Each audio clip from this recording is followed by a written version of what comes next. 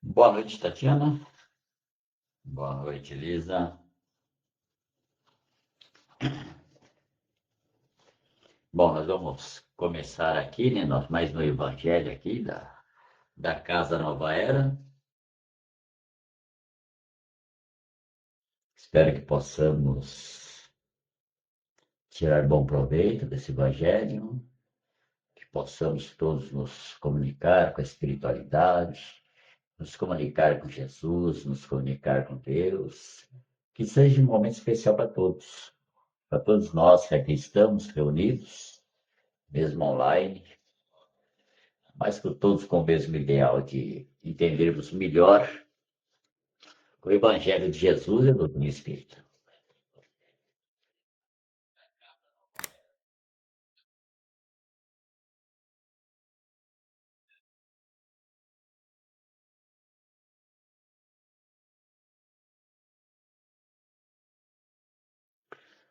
Hoje nós vamos primeiramente iniciar pelo livro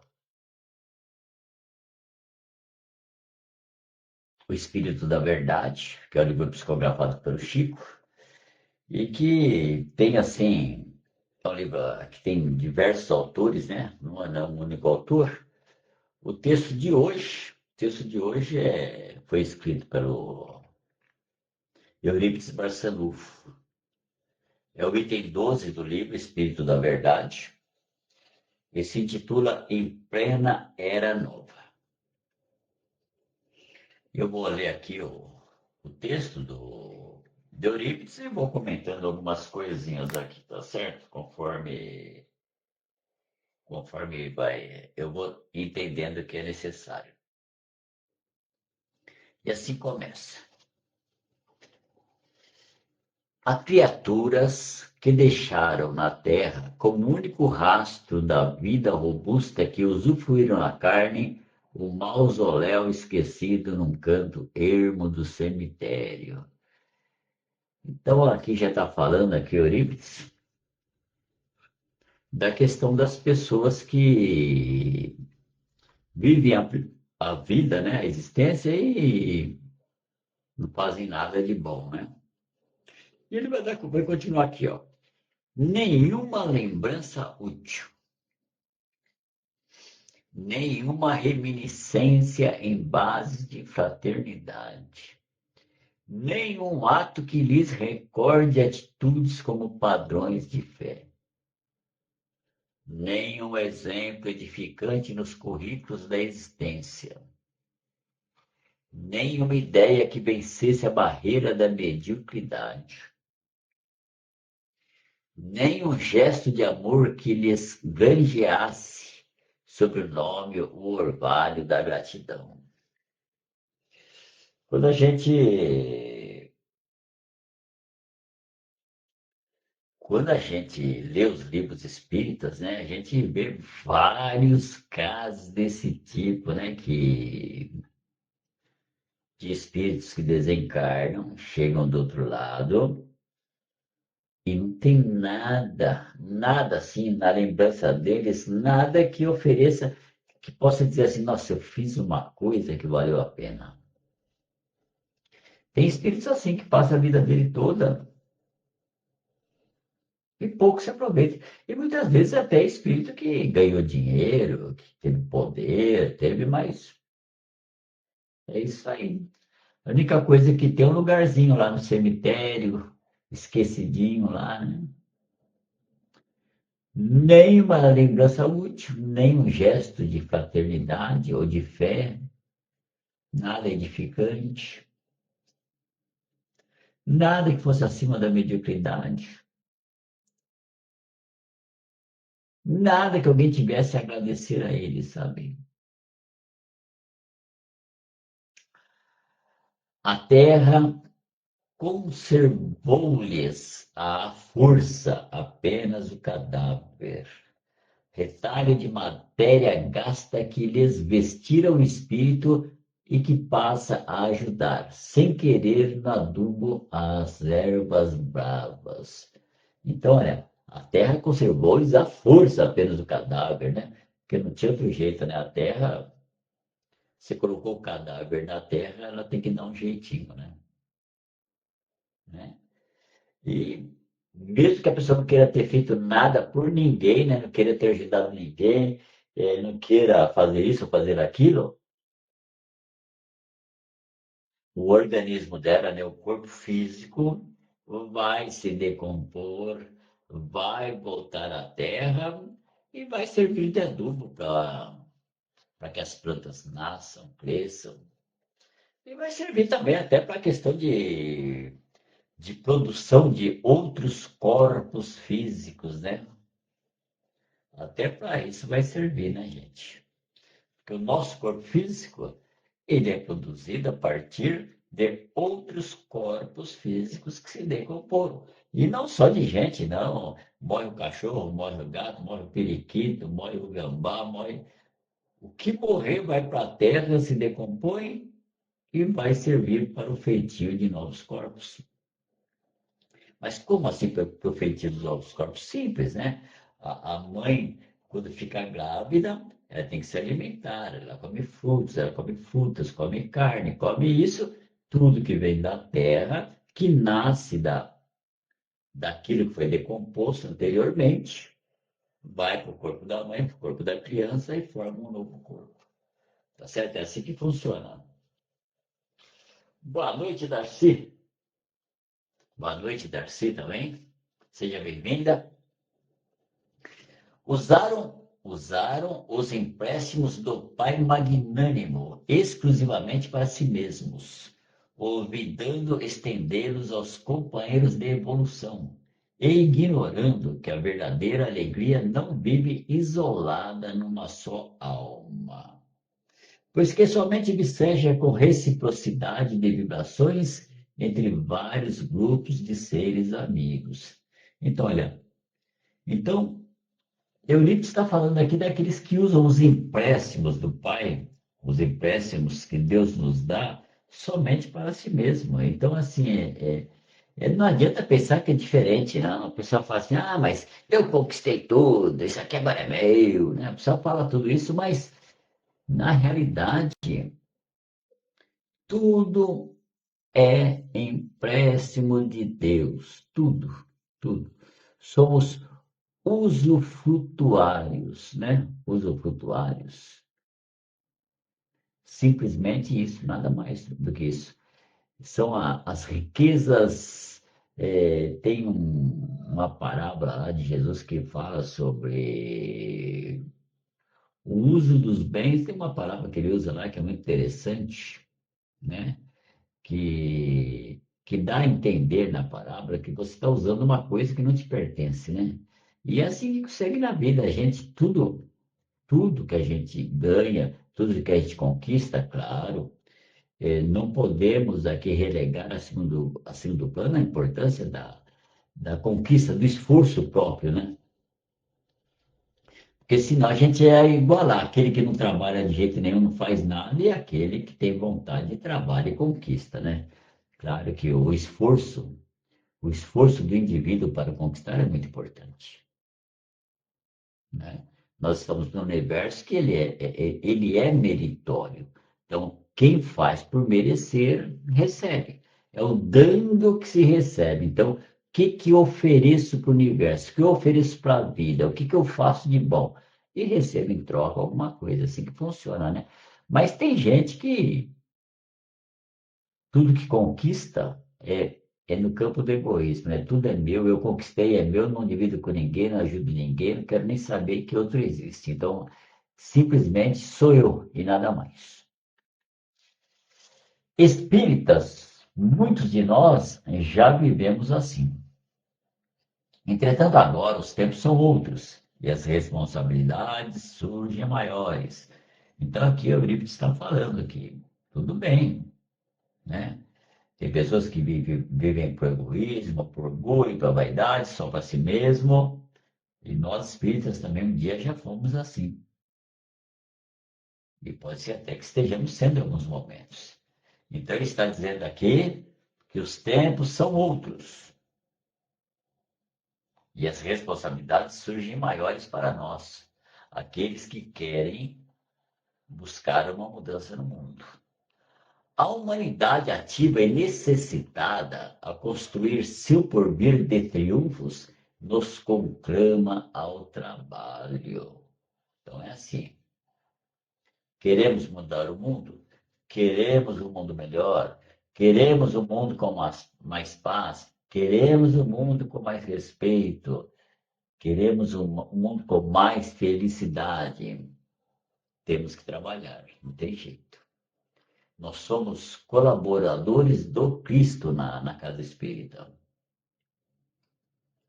Temos que pensar no bem do planeta todo, no bem da coletividade toda. O Espírito é um monumento vivo de Deus, o Criador amorável. Honremos a nossa origem divina, criando o bem como chuva de bênçãos ao longo de nossas próprias pegadas, né?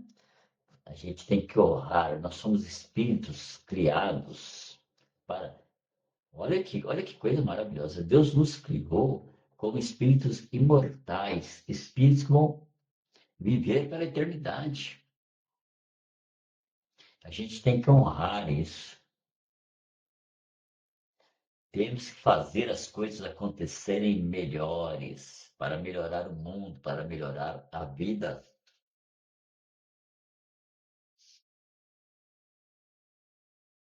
Irmãos, sede os vencedores da rotina escravizante. Lembra quando Jesus fala? Jesus fala assim: eu venci o mundo. Né? Isso é muito importante, essa frase de Jesus, uma das frases mais importantes de Jesus, a importância de vencer o mundo. Então, quando ele fala assim, irmãos, sede os vencedores da rotina escravizante, é para vencer o mundo,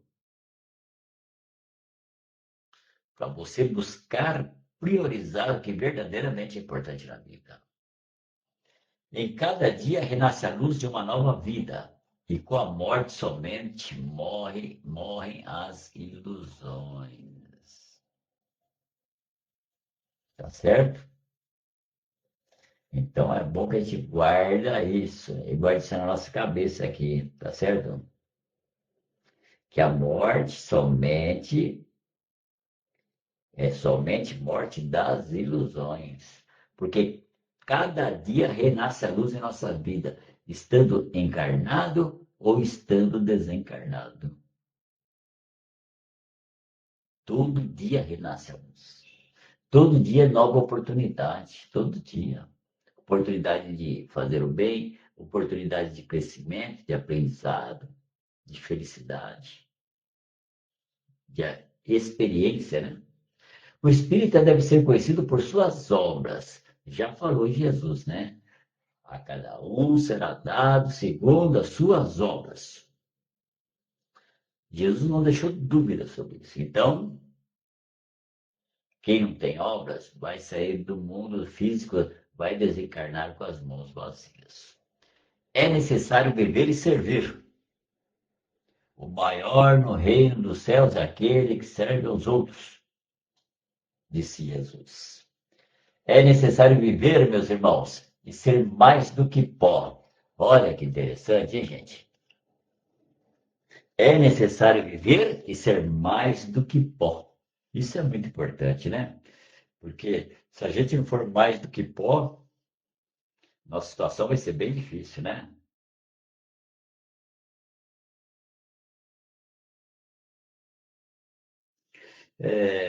Boa noite, Miriam. Estou lendo aqui também. Já cumprimentei todos aí. Terminado o estudo aqui do livro Espírito da Verdade, a gente vai passar para o estudo do Evangelho segundo o Espiritismo. A gente está no capítulo 9, item 6, a afabilidade e a doçura. Antes de eu falar sobre esse assunto, né? Quem quiser colocar nomes aí, né, para as vibrações, Eu vou dar, na hora que eu fizer as vibrações, eu vou deixar um tempinho para justamente para que cada um mentalize quem quer que receba as vibrações que eu vou estar passando aqui. Porque a espiritualidade está conectada conosco e nossos lares. Quem quiser colocar água para ser fluidificada, aí no seu lar, coloque lá sua garrafinha, seu copo, sua jarra, o que quiser colocar aqui, que eu vou solicitar para que a espiritualidade coloque na água de cada um os fluidos necessários, os elementos curativos necessários para a saúde de cada um, tá certo? Então vamos aqui ao capítulo 9, né? Que é no esse capítulo aqui é bem-aventurado dos mansos e pacíficos. Capítulo 9, a afabilidade e a doçura. Quem trouxe esse texto foi Lázaro, em Paris, em 1861. A benevolência para com os semelhantes, fruto do amor ao próximo, produz a afabilidade e a doçura, que são a sua manifestação. Então, a manifestação da benevolência é a afabilidade e a doçura. Esse texto tem muito a ver com aquele outro lá, né, do Eurípides de Barcelona, porque o Eurípides estava falando justamente sobre a questão da importância de deixarmos, né, no mundo marcas, né, alguma coisa de bom que as pessoas se lembrem de nós, né, de uma forma legal, gostosa, agradável. E também nós, quando olharmos para trás, para que nós falemos também, puxa vida, até que ainda bem que eu fiz algumas coisas boas lá, né? Então, os textos têm muito a ver um com o outro. Entretanto, nem sempre se deve fiar nas aparências, pois a educação e o traquejo do mundo podem dar o verniz dessas qualidades. Então, tem muita gente que tem essas qualidades só na aparência. Quantos há cuja fingida bonomia é apenas uma máscara para uso externo, uma roupagem cujo corte bem calculado disfarça as deformidades ocultas. O mundo está cheio de pessoas que trazem o sorriso nos lábios e o veneno no coração, que são doces, contanto que ninguém as moleste, mas que mordem a menor contrariedade, cuja língua, dourada quando fala face a face, se transforma em dardo venenoso quando falam por trás. Então, nós temos no mundo muitas pessoas que aparentemente fazem o bem, que ajudam, mas na verdade é uma coisa que é para aparência, para as pessoas olharem e falarem assim: nossa, como ela é boa, olha como ela ajuda, como ela é caridosa, mas lá dentro, no coração, ela não é essa bondade toda. O sentimento dela, os pensamentos, não condizem com aquilo que ela está fazendo.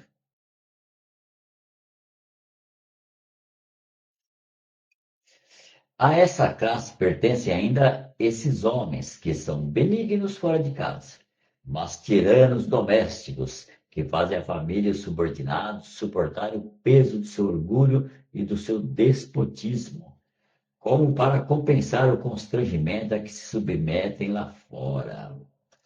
Então nesses que aparência de fazer o bem, tem muitos aí que lá no mundo lá fora, com as pessoas da rua, oh, eu sou o máximo, sou bonzinho, sou legal, oh, como eu sou educado, mas quando chega com a família, né? É só lembrar o filme, tem um filme aí do livro Os Mensageiros, que tem um caso lá de um camarada que montou tipo uma casa espírita na casa dele. E quando ele atendia o público, nossa, ele era muito bonzinho, todo mundo adorava ele do público. Mas na família, ele era o inferno. Então essas coisas acontecem. E esse negócio de que faz o bem lá fora e faz o mal na família, não é só o homem, né? O homem, pensando em homem, sexualmente, fisicamente, homem. Mas a mulher também, viu? Tem mulher também que lá fora é boazinha, e quando chega em casa é também um inferno, viu? Então a gente tem que prestar atenção nisso na vida. Não ousando impor sua autoridade aos estranhos que os colocaram no seu lugar, colocariam no seu lugar, querem pelo menos ser temidos pelos que não podem resistir-lhes. Sua vaidade se satisfaz com o poder em dizer: aqui eu mando e sou obedecido, sem pensar que poderiam acrescentar com mais razão: e sou detestado. Mas é verdade, pessoas que elas, fora do lar, elas não conseguem impor, né, aquilo que elas gostariam de impor. Então, elas chegam no lar, elas descontam na família. É o lugar que elas se sentem fortes, né? Porque as pessoas aceitam as atitudes dela, porque tem lugares que as pessoas não aceitam, né?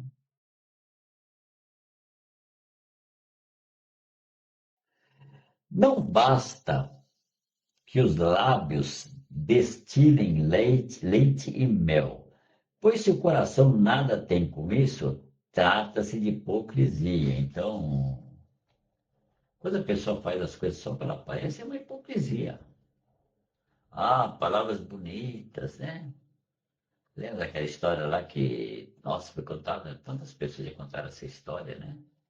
Que o palestrante toda semana fazia palestra e tinha um homem sentado na primeira fila, né? Do centro, da casa espírita, né? E ele fazia, falava muito bem, era uma palestra, parece que ele era bonito, ele falava bem, né? E tinha aquele homem lá, e aquele homem desencarnou, o homem da primeira fila desencarnou, e um dia, depois de um tempo, eis que o palestrante também desencarnou. Aí um dia se encontraram os dois, né, lá na espiritualidade, e o palestrante ficou admirado, porque ele olhava para si mesmo e ele não tinha luz. A luz dele era muito pequena. E aquele homem que ficava no primeiro lugar da fila, né? Tinha uma baita de uma luz super iluminada. Aí ele questiona o homem, fala assim, não consigo entender. Eu fazia palestra e você ficava assistindo. E você tem toda essa luz e ó, que eu tenho nada. E o homem fala, não, é que tudo que você falava eu praticava. E ele, que era um palestrante, ele falava bonito, mas ele não praticava aquilo na vida dele, né? Então ele era, na verdade, ele era um hipócrita, porque ele não praticava aquilo que ele falava. É o que está falando aqui.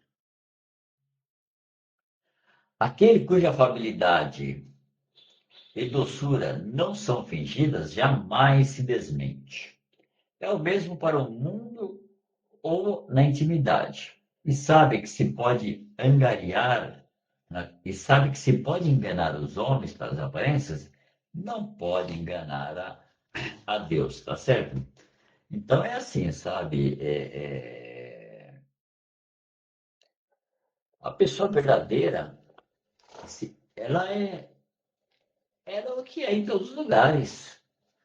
É claro que nós sabemos que em cada lugar a gente acaba se adequando um pouquinho, né? Porque nós não podemos.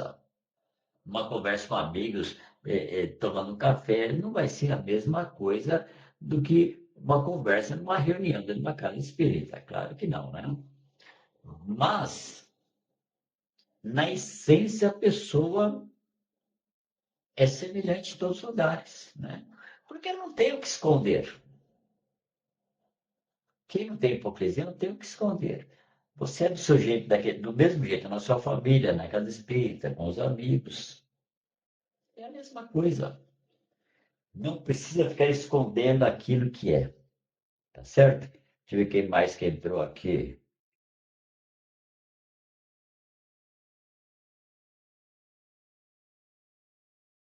Ah, a dona Ana Maria entrou, né? E a dona Magali. Boa noite a todos. Então, que a gente possa tirar as lições disso. Das duas, pensando nos dois livros. Do primeiro livro, Espírito da Verdade, a lição é: Faça algo de bom para a sua vida valer a pena. Para quando você desencarnar, você levar na sua bagagem coisas boas. E do livro do Evangelho, a lição que fica é: seja verdadeiro, seja real. Você não precisa fazer 1 milhão de coisas. Você tem que fazer coisas boas e ser sincero, ser verdadeiro. Não faça as coisas para parecer aos outros que você é bom. Seja bom de verdade. É melhor fazer menos, mas ser verdadeiro e real, do que querer fazer grandes coisas. Quantas pessoas na história da humanidade aí, que na época que a Igreja Católica estava mais forte aí, que tinham família e iam na igreja, ganhava dinheiro na igreja e dava um monte de dinheiro para a igreja para dizer que era bom. Aí o padre lá ia lá e dizia, fulano de tal, que doou dinheiro para fazer o telhado, fulano de tal, que doou dinheiro para fazer os portões, mas aquilo de pouco valia para ele quando ele desencarnava, porque não era verdadeiro, não era honesto. Então que a gente possa ser sincero conosco mesmo e sermos verdadeiros onde quer que estejamos nas nossas vidas. Agora eu vou fazer as vibrações, né? Vou fazer as vibrações, fazer a prece final. Então, quem quiser, eu vou deixar um momento para vocês mentalizarem né, as pessoas que vocês gostariam de receber as vibrações. E vou também pedir a fluidificação das águas nos lares. Então, vamos nesse momento nos conectando com toda essa espiritualidade presente em nossos lares, nos conectando com Jesus, nos conectando com Deus, para podermos, nesse momento de conflitos no planeta, que a gente possa, nesse momento, envolver esse planeta Terra, principalmente em paz e harmonia e em muita luz. Que possamos, nesse momento, envolver todos aqueles que estão doentes, que estão em dor, que estão em sofrimento, para que possam ser auxiliados nas suas necessidades. Vibrando sempre pela valorização da vida, que possamos evitar o suicídio, evitar o aborto, vibrando pela valorização da natureza, e vamos vibrando por todos os nossos amigos, vibrando por todos os nossos familiares,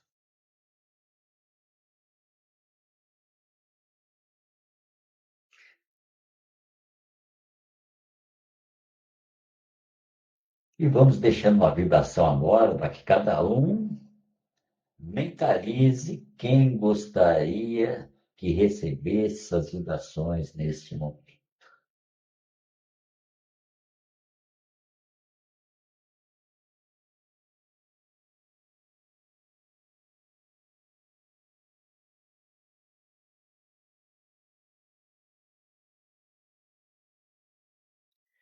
E assim vamos vibrando para os nossos lares, para que haja luz nos nossos lares, para que haja luz para todos que conosco convivem, encarnados e desencarnados.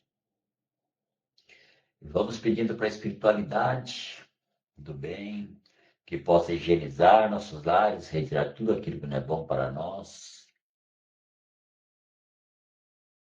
E se tivermos irmãozinhos necessitados de auxílio em nossos lares, que possam ser acolhidos e levados para tratamento.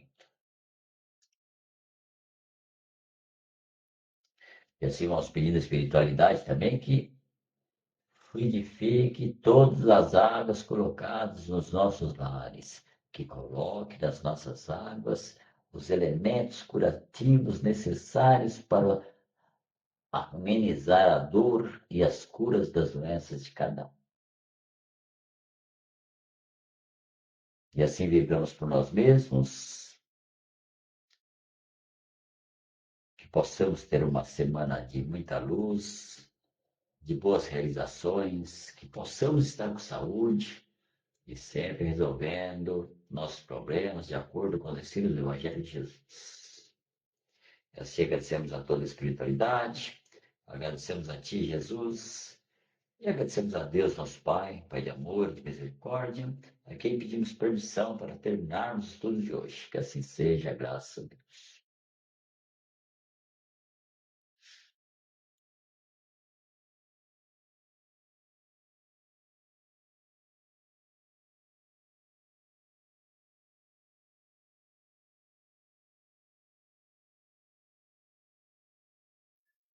Bom, acho que cumprimentei a todos, né?